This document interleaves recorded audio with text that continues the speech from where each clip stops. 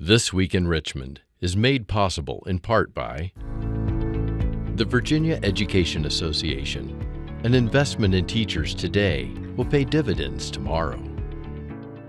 Dignity Memorial.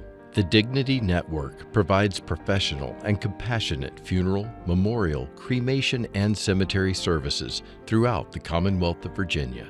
Virginia Hospital and Healthcare Association for jobs, the economy, and public health, committed to advancing health and economic opportunity for all Virginians. Virginia Tourism Corporation, promoting why Virginia is for lovers, lovers of wine and craft beers, the outdoors, beaches, history, music, and more. Fall in love with Virginia at virginia.org. Additional support provided by these sponsors.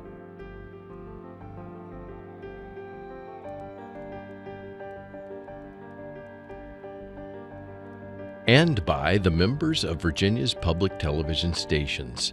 Thank you.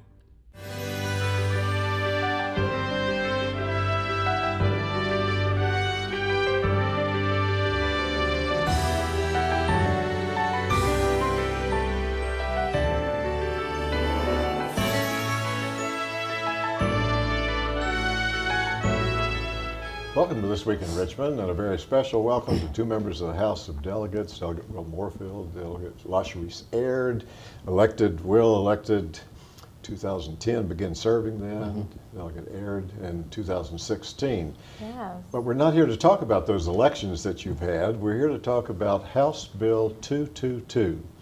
It's got to be one of the bills that will be the most talked about and one of the ones with the greatest impact of all the bills that the governor signed. And it's a bill that 6 months ago, people might have said, well, that wouldn't have a chance of passing. So you come from two different regions of the Commonwealth, two different parties, came together along with other members. Let's start with how did the idea for this bill come about, and then how did the idea of really working together to tag team and to work together on it? So, well, I'll share a little bit of that story. I think it actually began even before. I like to start usually with last fall, but I would say even before then. If you look at the recent financial challenges that my district has experienced, it was sort of widely known and spread that we were an economically depressed area. Right. For many years, Yes. The same conversation had been occurring about Southwest Virginia and the change in industry that they were experiencing. And I think because of that common knowledge, Delegate Will Morefield reached out last fall and had an idea. He thought, we've got to think outside the box, he shared with me, and take a different approach for our economically distressed areas, ours specifically and others around the state. The approaches that have been tried and failed, it's not good enough. What do you think about this idea? And he sort of planted the seed, and I said, well, let me begin to talk with my locality. And he, continued his research and talking with, and I'll let him fill in his end, all the stakeholders, and it really just seemed to blossom and become something that would be beneficial to both of our districts. Will? Absolutely, and what you said earlier, if you thought, or anyone thought that it had a chance of passing, almost everyone said there's no way, except for Delegate Aird. And she said she would be willing to do anything she possibly could, not only to help the region that she represents, which is struggling economically, but also other areas of the Commonwealth that are struggling as well. Over the past 30 years, or I'll say 50 years, some of those areas, Southwest Virginia, the coal fields in particular, South Side Virginia, the city of Petersburg, and the Eastern Shore area have been struggling economically. And unfortunately, most of those regions did a very bad job of diversifying, or at least making real efforts to diversify the economy. And as a result, those areas, the coal fields, for example, became extremely dependent on the coal industry. Southside became extremely dependent on the textiles industry, and then of course the other regions became dependent on one or two industries.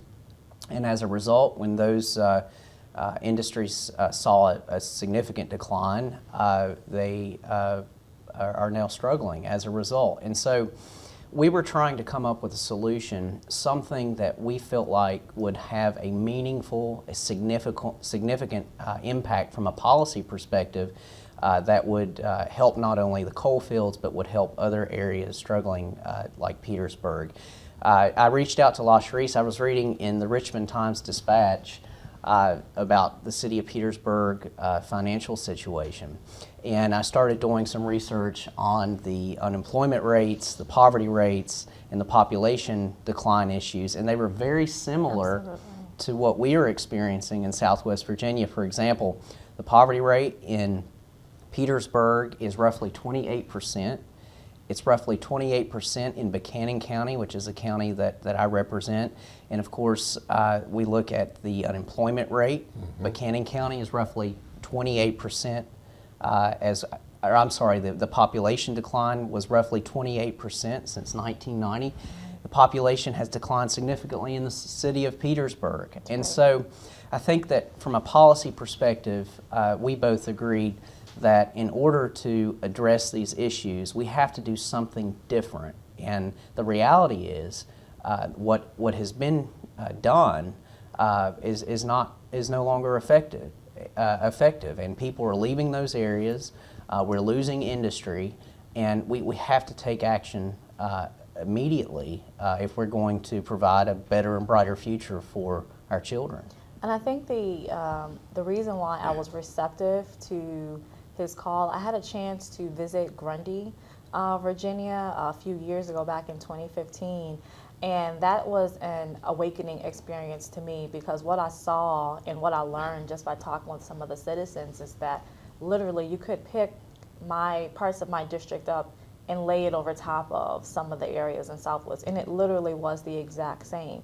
So if I did not have that point of reference and understanding, I think it would have hit me differently to hear the idea that he had. And you know, ultimately, when you think about what's the best way to begin to make that transition to improve your locality, you think about incentives and how to attract and draw in different entities for your localities. You know, I want to give a shout out to August Waldmeyer, who wrote his book, That's The right. Extremes of Virginia. That's right. And because I think that book came along at a good time to have many of the legislators who read the book, who hadn't been to Grundy, or maybe who hadn't been to Petersburg, different ones. But if they read Augie's book on the extremes of Virginia, they got a glimpse of that part of the Commonwealth that was very depressed economically and was very much in need of a major change. So let's get into the meat of the bill. It went through several variations. I commented before we started when you and I were talking, and we'll get a screenshot of this later. But this was is the summary of the bill as it passed. Yes. There are two other summaries for people who go on the LIS system and look up House Bill 222, or if they look up Senator Stanley's bill, the companion bill over in the Senate, they'll find three different processes they went through. So you might want to talk some about the initial one, but I think primarily let's let folks know what's out there now. The governor signed, what will be law in July 1, and what can be done. So what's in the meat of this bill, which is, I counted 44 counties and 6 cities, if I counted correctly. Which grew. Yes. It grew. It kept growing. I mean, the A list to the B list, the C list, and the D, they kept adding, but 44 counties that all are economically depressed. Yes. And six of the cities too in the region. So what's the bill going to do? Okay. Well, first, we would personally like to thank Senator Stanley for carrying the companion bill in the Senate, Senate Bill 883. Senator Stanley was very aggressive in garnering support on both sides of the aisle for the bill. So when crafting the legislation, we knew, and of course there's common knowledge throughout the Commonwealth, that those regions are struggling economically. So we were trying to think of what can we do as policymakers to attract industries to those areas, because ultimately we know that if we're going to address the population issue and the poverty rate and all the other challenges that we're faced with, we have to have jobs. That's right. And so we went back to the drawing board and we said, if we can provide an incentive in the form of a tax exemption to these companies, then we feel like that would be a significant enough incentive to attract new companies and new industries to those areas to diversify the economy. And so what we came up with was a bill that says if a company, and it has to be a new company, is willing to meet minimum investment threshold that's stated in the legislation of $5 million in capital investment, they create at least 10 full-time jobs at least 1.5 minimum Virginia minimum wage, or the company simply creates 50 full-time jobs at 1.5 times Virginia minimum wage, then the company would be exempt from certain income taxes. And those income taxes would be the company can deduct their payroll, they can deduct their value of their property, they can also deduct their sales from Virginia income tax. And so when discussing this with heads of companies, not only from Virginia but from around the country, they felt like that was very, very attractive. But when working throughout this process, we wanted to make certain that not only the company received a direct benefit, but the employee received a benefit as well. Because one of the problems that we have in our area is if a company moves there, they have a very difficult time attracting a certain skilled workforce that they might be working for. The governor has now announced his initiative on workforce development. We're very excited about that, to train employees for certain skills that these companies are looking for. But at the end of the day, we have to provide an incentive for the employee. So what we were able to agree upon was an incentive that would allow the governor to grant up to $2,000 to the company per employee each year, but the company has to distribute at least 1/2 of what they receive directly to the employee. And we felt like that would be at least some incentive for the employee to receive. And it's intrinsically linked together, because when you think about rebuilding the foundation of a strong region or locality, you have to first draw the entity, the company in. And then, as Will is saying, if you can strengthen economically the people who are employed there, their families, that ultimately strengthens the region. And we haven't even begun to talk about the impact that will have on our schools and our children and their families, but it is really all intrinsically linked together.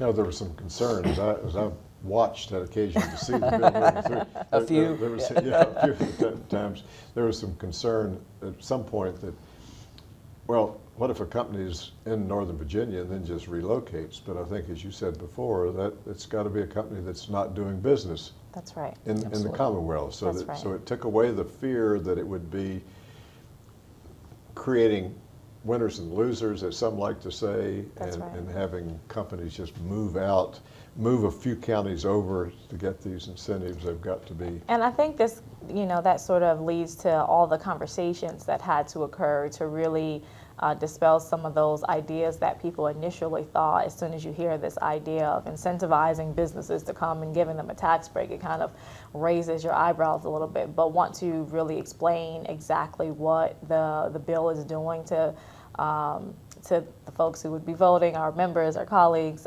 they began to understand a little bit better. On its surface, it seemed troubling to some. And there were some valid points raised along the way that were also addressed in the many variations of the language. Well, the other thing that I wanted to mention, and the viewers need to go on the LIS system and look up these two bills. Sure. That one of the unique things, particularly about House Bill 222, is the number of patrons. Now, I can remember back, before you were a legislative assistant and before you were a delegate a decade or two ago, that the goal was legislators had to get as many people to sign on your bill as possible. Well, that's gone by the wayside. Mm-hmm. That's not done that much. You had 40 of the House members signed on as patrons of the bill. That's almost a blast out of the past of what was done, and it's not, you don't find that now, but it shows the work that you had done prior to the session beginning, to have that many people in both parties. And I want to stress again, because I know you all have stressed that this is clearly nonpartisan, bipartisan, whatever you want to call it, but it's not a one-party initiative. It's trying to help those depressed areas of the Commonwealth. I mean, ultimately, if you can strengthen the depressed areas of the Commonwealth, you strengthen the entire Commonwealth. Yes. And Governor Northam has been very clear that, and I think both parties agree that we want to see Virginia become the #1 state to do business again. And I think this is one of those policy measures that will attract companies and business and will help us get back to that place. You had strong support from Northern Virginia, and again, we all have heard it said for a long time that when Northern Virginia does well, the state does well. And then you got to give money to Metro, because Northern Virginia does well. Which is a whole nother ball. So this flips it the other way. Yes. To say that when Southwest and South Side and the Eastern Shore are restored and are doing well, the whole Commonwealth will be doing well. Absolutely. And that comment was made by several members from Northern Virginia that, who said that if it's good for Southwest Virginia, if it's good for Southside, if it's good for the city of Petersburg, then it's good for Northern Virginia and vice versa.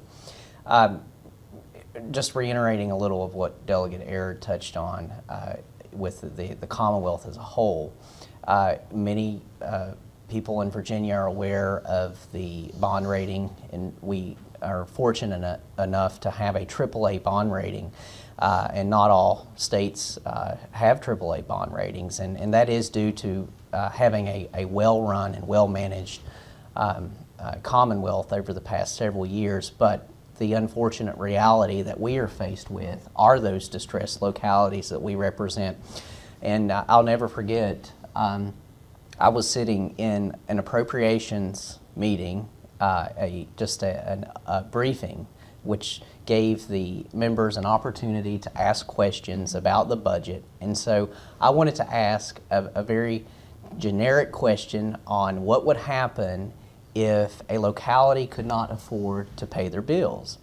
And just over the state line in West Virginia, in McDowell County, I had read a newspaper article, and there was also a story on the local television station, that a small town in McDowell County, West Virginia, announced that they were almost to the point of bankruptcy, that they were going to have to cease water service, garbage pickup, just the basic necessities that we take advantage of. And so I started calling around, and I heard similar stories of localities in the coal fields where even school systems are having a tough time paying their electric bills. And so the question that I ask appropriations is, if a school system cannot pay their utility bill, who is responsible for picking up the tab? And everyone looked at me, because I don't think anyone's ever asked them that question before. And the comment was made, well, we would do something similar to what we did with the city of Petersburg and go back in and help them restructure their debt and so forth. But this is not just a city of Petersburg issue. This is a big problem everywhere. And so the response was, well, I guess the Commonwealth would be responsible. And my response was, how would the bond rating agencies like it if now the Commonwealth are having to pay the utility bills of these struggling localities? And so that's really where we came to a general consensus and agreement on this bill, is that something drastic has to be done to bring new industry and encourage people to move back to those areas, to increase the tax base so that those localities and ultimately the Commonwealth won't bear the burden. So it's July 1 before long, and there's a process of VEDP, the Virginia Economic Development Partnership. Companies have to get, I guess, certified or approved. Yeah. But I'm sure there's going to be some aggressive efforts made by you all, by your colleagues, by the governor's office to try to get businesses that are in some of the other 49 states or in some of the other nations of the world to say they need to come in and come to Petersburg, come to Buchanan County or any of your other counties that are Yes. part of your district? Yeah, I would say that particularly in Petersburg, our Economic Development Office is very excited about this opportunity and is already reaching out to different companies to just share with them this legislation and how it can be beneficial to them because we have a lot of opportunity, as does many of these localities that are included in the bill. And I would even go on to say that we have other companies that are existing in Petersburg that aren't looking to utilize the bill because they can't obviously, but are reaching out to their business partners to say, hey, here's a great opportunity, look what we're doing in Virginia, to try and attract interest as well. Mm-hmm. Absolutely, and we're not only competing with states now, of course, we're always competing regionally, and we've got some exciting news that we're going to be announcing here in the coming weeks on ways that we can partner with other regions, That's right. poor and wealthy regions working together for economic development, but also marketing this internationally. And in fact, today, Delegate Aird and I are meeting with a delegation from Taiwan that we are hosting from the consulate's office, and they will have representatives from their Economic Development Division with the intention of attracting not only companies that are U.S.-based, but attracting international companies to these distressed areas as well. And we'll tell viewers that we're having the conversation on April 16th. It could be by the time this airs, there will be even some other news and some things that are Absolutely. happening as a result of this meeting that you're having later today. One other aspect of the bill I think is really important that you haven't touched on yet. This is not just for 1 year. This could be up for 7 years, according to, That's without the law being changed, it would last for 7 years. That's right. How did you come up with seven years? Well, there's a story to that. Well, I would say we did not start with 7 years, but after many conversations and testing the comfort, 7 years seemed like a good place to land. It gives the bill time to sort of be exposed a little bit more, to ask all the questions and work out all the kinks, and really to give it an opportunity to really work before you just, go too far. And if it doesn't work out, then, but we think that it will, there's an opportunity there to go back and reassess what was done. But 7 years is, the number of perfection. So why not? Yes, right. I heard the question asked, and let me ask you all, I'm not sure what the answer is, and our viewers maybe didn't hear the question. So a company comes in 2 years from now, then have they lost the first 2 years, or do they have 7 years from the time that they start? What's the answer? They would have 7 years. Okay. So if they come in and qualify 3 years from now or 4 years or 6 years, then they would have 7 years to qualify for the exemption and the incentive for the employees. Because one of the nice things in the economic development of this, the bill doesn't have what's called a sunset clause. It doesn't have that it expires at a certain time unless it's And I think that's a reenacted. dangerous, when you're dealing with companies and Yes. business that are relocating and building their infrastructure, I feel like that would have been a dangerous approach to take. It would have appeared to be unstable and leaves companies questioning the commitment that we're offering with this incentive. We have just a couple more minutes. Time Yeah. flies. What else about 222 or or Senator Stanley's bill do you want to say to the viewers? What else you want to say, particularly maybe to the economic development people, to the companies that may be watching this? Well, I would say that we have a new generation of representatives in government. I was told, and so was Delegate Aird, that this bill not only would have a chance, but if it did have a chance, there's no way it's going to get done in 1 year. That it may take 2 Right. or 3 years because of the magnitude of this policy to get something like this passed. But I think that now that we have younger people being elected, people that are not what I would consider to be voting on 1 or 2 issues, that are not the very partisan representatives, and this is something that I'm very encouraged about, is that we have a younger generation that understand that effective government means compromise. and that you can't be a hardliner on all issues because then no one wins. That's right. But we can all benefit if we have representatives, regardless of their views or their political affiliation, if we have people who are willing to work together for the better good of the people that they represent. That's exactly right. I would just have to agree in that at the end of the day, as representatives, you have to do what's in the best interest of your constituents and your localities. And I think that this shows that we're not only just interested in our localities and our citizens, but really the entire Commonwealth, and trying to make sure that we are living in a state that is strong and economically well. So I appreciate really the phone call that I didn't know would lead to this amazing opportunity from Will back in the fall. And I think we are the example of governance working at its best. You certainly are, and we thank you both for being on This Week in Richmond. We look forward to seeing what you come up with next. Thank So, you. thank you.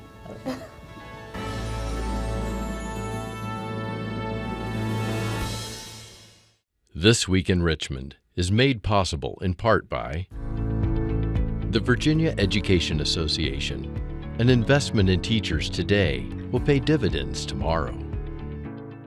Dignity Memorial. The Dignity Network provides professional and compassionate funeral, memorial, cremation, and cemetery services throughout the Commonwealth of Virginia. Virginia Hospital and Healthcare Association for jobs, the economy, and public health. Virginia Tourism Corporation, promoting why Virginia is for lovers, lovers of wine and craft beers, the outdoors, beaches, history, music, and more. Fall in love with Virginia at virginia.org. Additional support provided by these sponsors.